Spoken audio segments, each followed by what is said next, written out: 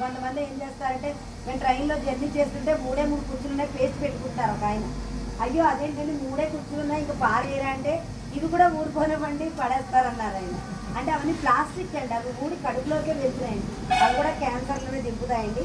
అలాగే టీ తాగుతారండి మీరు లేవగానే పొద్దున్న బ్రష్ చేయగానే ఏం టీ తాగుతారని ఒక టీ పేరు చెప్పండి. 3 రోజెస్. మీరమ్మా?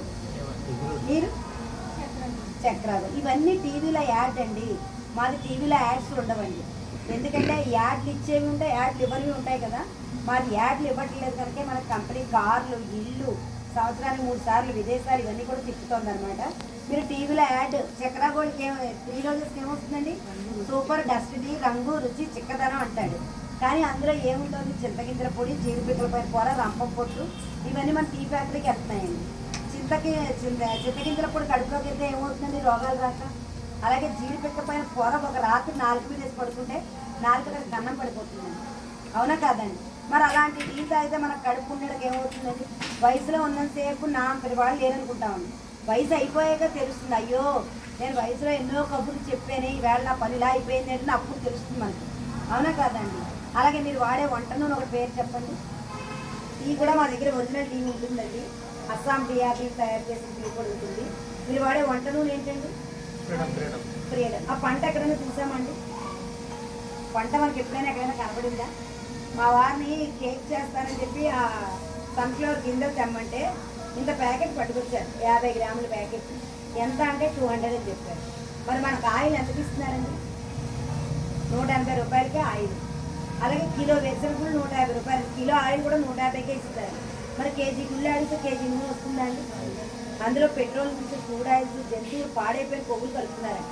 అసలు జబ్బులు రావడానికి కారణం వంట నూనెనండి. మీకు కావాలంటే అది కూడా మేము డెమో చేస్తామండి. అలాగే కోకోనట్ ఆయిల్ నమ్ముతున్నారు తలకి, ఎక్కువ తలలు ఊడిపోతున్నాయి, తలలు పండిపోతున్నాయి అంటారు చిన్నపిల్లలకి. ఆ కోకోనట్ ఆయిల్ అని చెప్పి కొనుక్కుంటారు, అది కూడా కలిపియేనండి. ప్రతిదీ మేము డెమోల రూపంలో కూడా చూపిస్తాము.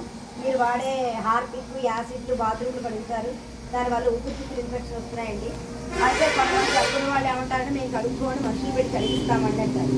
మనుషులు పెట్టి కడిగించిన అది వాడేది మనమే కదండి, ఆ గాడు పీలుస్తున్నాం కదా, దానివల్ల ఊపిరితిత్తులు పాడైపోతాయి. అలాగే లైజాల్, ఫినాయిల్ వాడతారు ఫ్లోర్ క్లీనింగ్కి, దానివల్ల కూడా ఇన్ఫెక్షన్స్ వస్తున్నాయండి. అలాగే గిన్నెతోనే లిక్విడ్, విమ్ సబ్బు వాడతారండి, దానివల్ల కూడా అది కడిగినాక అది ఆరబెడితే ఒక తెల్లటి లేయర్ కనబడుతుందండి ఎంత మీరు శుభ్రంగా కడిగినా. అది దానివల్ల అది విషయం అనమాట, అది కూడా మన దగ్గర ఉంటాయి. అలాగే బట్టలు ఉతుకునే లిక్విడ్, ఇప్పుడు ఒక ఆయనకి తెల్ల పంచి పెట్టుకుంటే వచ్చే మీద పెన్తో మార్పు ఎత్తాను, ఆయన భయపడిపోయారు, అయ్యి ఇదేంటి ఇలా పెట్టారు పోదేమో అన్నారు.